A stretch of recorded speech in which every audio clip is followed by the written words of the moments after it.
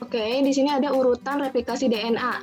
Yang pertama, itu terbukanya pita DNA oleh enzim helikase sehingga terbentuk dua rantai tunggal. Jadi, enzim helikase akan datang pada double helix DNA dan membuka rantai DNA menjadi dua rantai tunggal.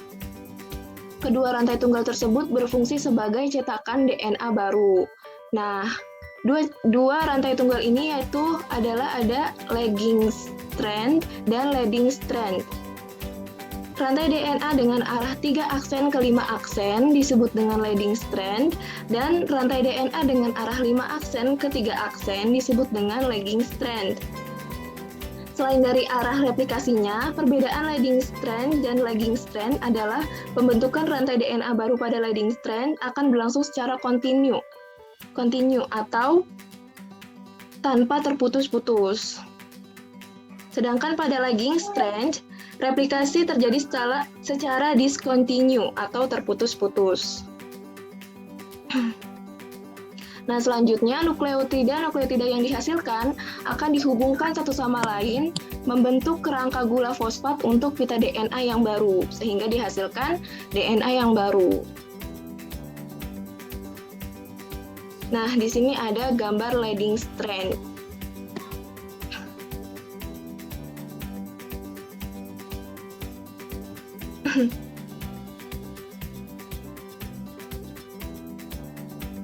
Ya, pada leading strand ini terjadi pembentukan rantai DNA baru yang terjadi pada rantai DNA induk yang memilih arah ikatan gula fosfat 3 aksen ke 5 aksen.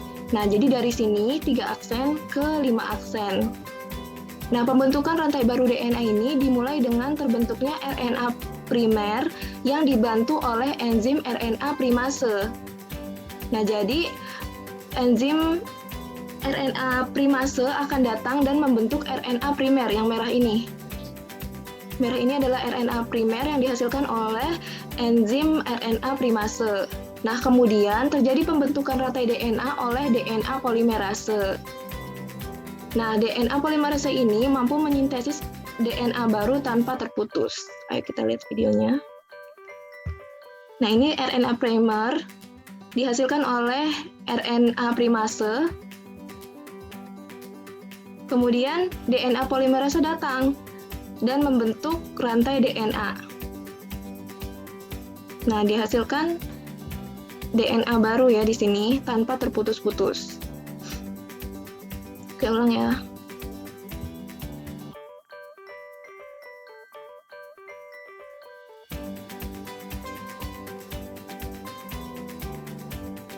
Nah, jadi seperti itu ya. Pada leading strands ini pembentukan DNA barunya itu terjadi pada rantai yang ikatan gula fosfatnya itu dari arah 3 aksen ke 5 aksen.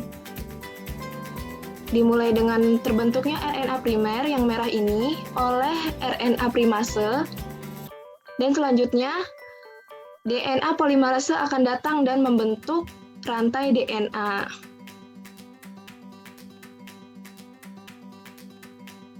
Nah, DNA polimerase ini mampu menyintesis DNA baru tanpa terputus-putus. Jadi, ciri khas dari leading strand ini adalah DNA-nya yang dihasilkan ini adalah DNA baru tanpa terputus. Oke. Lanjut ke lagging strand. Pembentukan rantai DNA baru terjadi pada rantai DNA induk yang memiliki arah ikatan gula 5 aksen ke 3 aksen. Berarti dari ini ke sini. Arah replikasi itu ke sini ya, bukan kebalikannya, ke kiri. Jadi kalau 5 aksen ke 3 aksen disebut dengan lagging strand. Nah, pembentukan diawali dengan datangnya RNA primase dan membentuk RNA primer. Yang merah ini adalah RNA primer yang dihasilkan oleh RNA primase seperti tadi. Nah, kemudian diteruskan oleh DNA polimerase dan membentuk fragmen Okazaki. Nah, fragmen Okazaki ini hanya ditemukan pada lagging strand. Kemudian RNA primer dikonversi menjadi DNA dengan bantuan DNA polimerase. Dan yang terakhir, enzim ligase akan datang dan menutup semua gap yang terbentuk di antara fragmen Okazaki. Karena di lagging strand ini terjadi secara discontinue, maka akan dihasilkan celah-celah atau gaps. Oleh karena itu, enzim ligase akan datang dan menutup gap yang ada dan membentuk rantai DNA baru yang utuh tanpa terputus. Oke, kita lihat videonya ya. Ini RNA primase datang membentuk RNA primer. Lalu DNA polimerase datang dan membentuk DNA.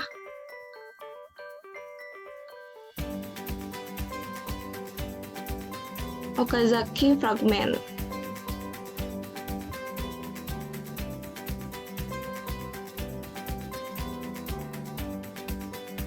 Nah, kemudian enzim ligase akan datang dan menutup gap yang ada pada fragmen Okazaki.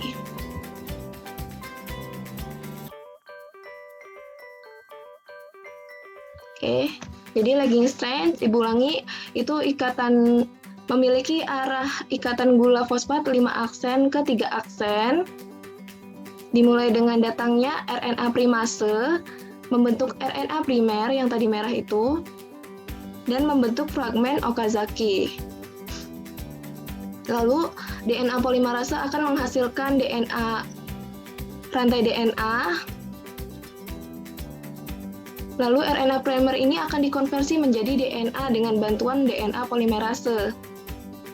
Nah, karena dihasilkan rantai yang terputus-putus, maka enzim ligase akan datang dan menutup semua gap yang terbentuk di antara fragmen Okazaki.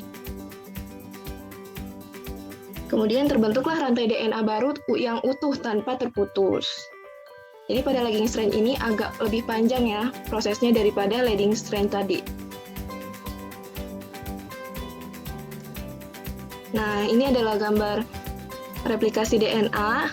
Diawali dengan helikase yang memisahkan ikatan ganda DNA, jadi menjadi 2 utas.